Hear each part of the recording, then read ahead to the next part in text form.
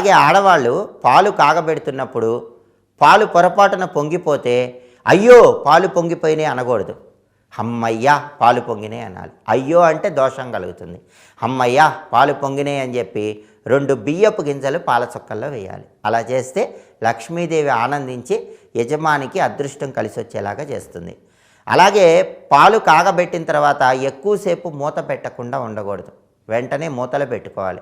అసలు ఆడవాళ్ళు అదృష్టం బాగా కలిసి రావాలంటే వంటగదిలో అన్ని పాత్రల మీద మూతలు పెట్టుకోవాలి. వంటలు వండిన తర్వాత మూతలు ఖచ్చితంగా ఉండాలి. అలాగే వంటగదిలో బొద్దింకలు అనేవి తిరగకూడదు. ఏ ఇంట్లో అయితే వంటగదిలో బొద్దింకలు తిరుగుతూ ఉంటాయో ఆ ఇంట్లోకి జ్యేష్ఠాదేవి దరిద్ర దేవత ప్రవేశిస్తుంది. కాబట్టి వంటగదిలో బొద్దింకలు లేకుండా ఆడవాళ్ళు జాగ్రత్తగా శుభ్రంగా ఉంచుకోవాలి. పాత్రల మీద మూత పెట్టాలి. అలాగే ప్రతి శుక్రవారము కూడా రాత్రిపూట ఆడవాళ్ళు గిన్నెలో ఒక ముద్ద